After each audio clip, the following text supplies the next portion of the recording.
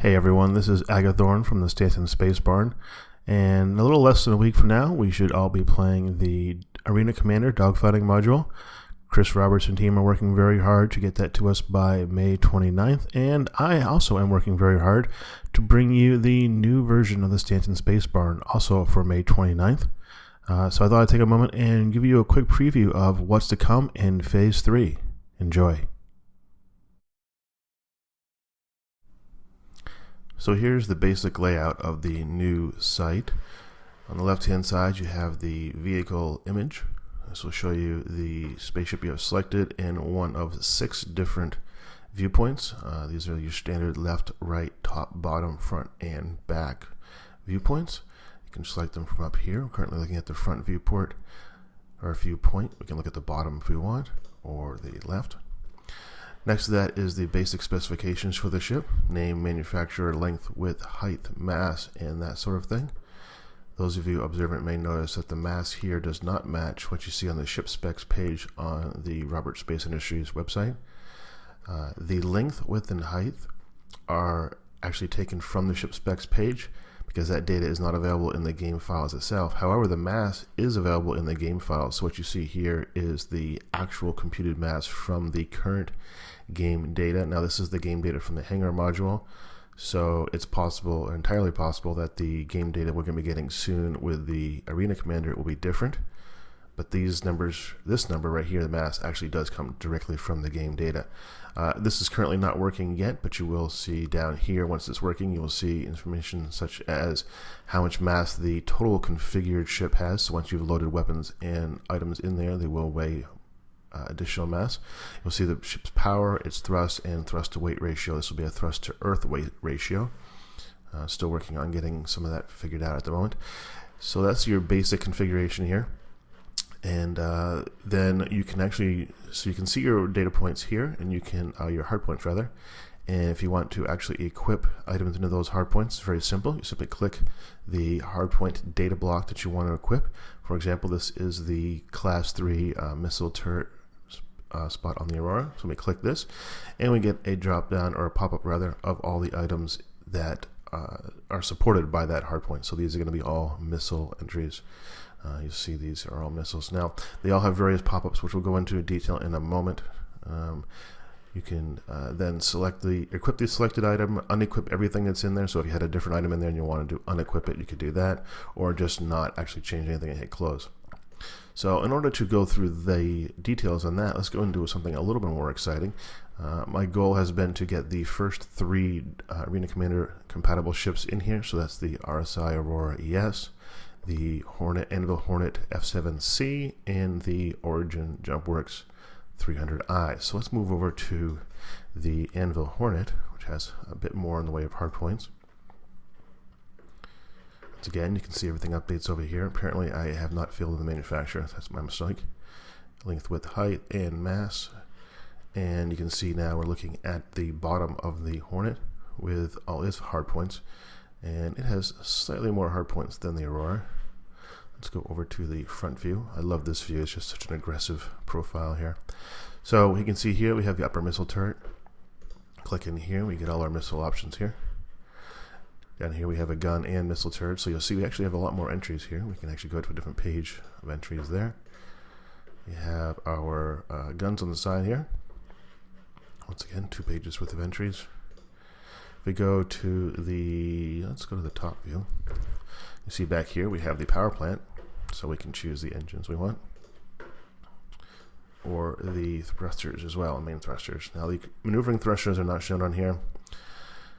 A couple reasons. One is you can see it starts to get a little crowded with information on the ships that have a lot of hard points, and 2 is because I frankly don't know exactly where all the moving thrusters are on all the ships, so I'm not including them on the visual page here. Eventually you will be able to access every hardpoint, including ones not shown on here, through this all hardpoint section. This is currently a work in development, but it's similar to what's currently on the website. So let's go back over here to the front view, and let's take a look at the hardpoint configurations. So for example, let's put up one of these guns here. you'll see that there is also entries here. You basically have 4 columns in this, and you can sort these if you want. So if you want to look for stuff that's heavier or lighter, you can do that, or just by size. So if you want, these are all size 2, or the display name. So these give you all the information that you need at a glance right here, but you can also go into more information on these. So if you hover your mouse over any of the names, you'll get the basic details for that item. So the name of the item, the manufacturer, the game description, the weapon, the item types. In this case, it's a weapon with some type of gun turret, the size, and the mass in kilograms. You also have 2 other columns here at the very far right. You have pipes and detail. If you hover over the pipes section, you will get graphs giving you information on the resource pipes that are relevant to that item. In this case, for something like this, we're looking at the power consumption, and depending on what state it's in, as well as the heat generation and the avionics, which is also known as CPU usage. Generally, RSI is on the RSI forums or websites called CPU, but in the game it's actually currently called avionics. And basically, that's your manual control or versus auto control. And the heat information here, you can see that when you're shooting, it actually increases the heat usage or heat generation based on how long you are shooting. So for a couple of seconds, you're not using much heat, but if you're holding down the trigger up to 10 seconds or more, you're actually generating 53 heat per second. So it's shooting bursts, it'd be a lot better for you there. So that gives you the pipe information. Not everything's going to have, as you can see this here, this AA turret, which is pretty much an empty item in the game currently. The pop-up has nothing. If you have nothing in the pop-up, it doesn't mean it's broken, it just means there's none of that information available. We can look at this guy here, and you'll see that, for example, this has a flat heat generation, so it doesn't matter how long you're holding down the trigger. You also see on this one, the auto control avionics apparently uses up a lot of avionics. I'm not quite sure what this item is, to be honest with you. No description on it. So anyways, that's that. And then lastly is the details. This is going to vary per item type. If we bring over the turret here, we're going to see the weapon details. In this case, we're going to see the turreting information. So this gives you an information or an idea of how maneuverable the turret is. In this case, it tells you that the turret can pitch between -40 and 10 degrees, and yaw between -180 and +180 degrees. And you can also see a speed there, so that gives you an indication of how quickly the turret can move from one point to another. If I look over here, one of these, for example, you can see pitch and yaw. This one moves a bit quicker, but not as flexible. So those are the turrets. Those are all going to be turrets, so I'll get the same information there. Let's look at a missile here. So in this guy's here, you can also see the same information for the most part. Pipes information and information here. Now, for things like the missiles, you see what it's showing you is these items actually have hard points of their own, which for the case of missiles is where you actually mount the missiles themselves. So these are actually missile launchers, and then the missiles, which are ordnance, are mounted to the launchers. So in this case, you can see it has 4 slots for ordnance. This one has 2 slots, for example. 4 slots, 4 slots. Actually, this one has 2 slots, even though it's called a quad rack. Guess that's a little weird. But again, this information is being pulled directly from the game data, so it is 100% correct to the game. But at this point, there's lots of inconsistencies and whatnot. This one's a little different. We'll talk about this one just for a second here. This is showing information on the actual ammunition or ordnance that this uses. And the reason this display is different is because for the other weapons that we looked at, the game data for those items defines simply that it's a missile rack and it holds missiles. It doesn't give you information about what kind of missiles it holds, what missiles are supported, what fire modes it has. But the Scythe missile rack, that information is in the game data. So in this case, you can see it has fire modes defined in the game data. It doesn't have.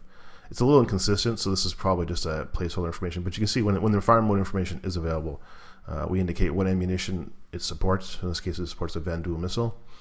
And there's any other information that is provided by the game data, which isn't always there, but in this case is. We can see he has a rate of fire of 60, which means 60 rounds per minute. So 1 round per second. That's a pretty quick missile launcher. And they do 300 damage. So let's close that out. Let's take a look at something else.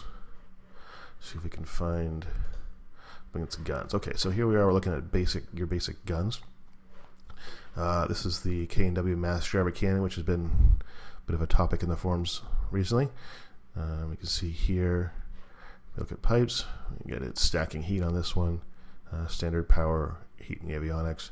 And then if we look at the details, we can see that similar to what we show on the Van Duel missiles, most of your most of your guns actually indicate fire modes and ordnance supported. So in this case, it uses the red laser bolt ammunition as a fire mode called auto, which does 60 damage and has a rate of fire of 100 shots per minute. And you'll find that on all of these. For example, the 9 series longsword by whoever the heck that is, Nightbridge, has a fire mode called auto. We use the blue laser bolts, 160. Now a lot of these values are actually going to be the same, 160, 160. That's because the game currently has a lot of placeholder information. This one's a bit different, as you see. It actually does 0 damage, but fires 360 rounds a minute with the ammunition indicated there. Let's see. So I'm trying to find one that's. Is it this one? Yes. This one will actually see one of the more complete items in the game. You can see it has a rate of fire of 30 with a damage of 116. This is the Max Ox neutron cannon. So all that information there. Now you see on some of these at the bottom of the basic overview information, you have some stats listed. In this case, it says damage 20, rate of fire 5, range 30, power 49.5. These are generic item stats that are in the game data for some items. This is a system that was originally being used in the very, very first version of the hangar. This is the information that's displayed to you in the holo table. It has 0 bearing on the actual range, power, rate of fire, etc. of the item. That's all being moved into a new system. I've noticed over patch and patch where the game data keeps changing. That's being moved to a new system. That doesn't. So you'll see these when they're available. I'll display them. But I'm pretty sure that this is going to get phased out pretty soon. CIG is moving to a more robust system. So don't really pay any attention to those. As you can see here, damage 20, rate of fire 5. Well, it does a rate of fire of 30 and damage 116. And if you look at the power consumption, 49.5, well, that's not really true either, because first of all, it depends on whether it's idle, active, or shooting. And even if it's shooting, it's 45 instead of 49. So these values you see here really they're irrelevant to the actual game. They're just visual information. I'll show a couple more hard points here. We're going to move to the top where we'll have access to the power plant and main thrusters. So here you see the power plants. On power plants, if you look at your pipes, you'll see the power generated from there. Currently, I think every single one of them generates the same amount of power right now, just 10,000 units of power per second. Apparently, that one doesn't generate any power. So 10,000, and there's no details for these because, well, all they do is generate power. They don't do anything else, so there's no information there. If you look at a thruster, however, these generally don't currently consume any power, so there's no pipe information for these. However, you do have information on the thrusters. So, for example, this one has maximum thrust, and then it is the thruster does have the ability to pitch and yaw slightly. As you can see here, this gives you an indication of the maneuverability of the thruster, and in turn how maneuverable the ship may be. You can see here that it has a pitch of -10 to 10, yaw of -10 to 10, and it moves through that area, through that -10 to 10 degrees at a speed of 40. Something, if I can find a different one here. Actually, pretty much. Well, here's an example of one that does not. So these engines are fixed. They have no. These thrusters are fixed. They have no ability to move at all. And I'm just going to pop into this area, which is not complete yet, but just want to show you. These are one of the maneuvering thrusters. So if I pop this open, you'll see a bit different. You'll see this one has information called gimbal details. It's roughly the same. It's just the difference is that the thruster itself isn't moving, but it's on a gimbal that does allow it to move. These are maneuvering thrusters, so they have a lot more maneuverability through that gimbal joint. You can see here it has a roll of -180 to 0 and a yaw of 0 to 90, and a speed of 80 in that movement range, so it can move pretty quickly to give you the maneuverability that it needs to give you. So those are all there. And just for one last thing of completion here, I'm going to show you the 300i. So once again, we have here. different views. And of course, this is a missile spot, this is a gun spot.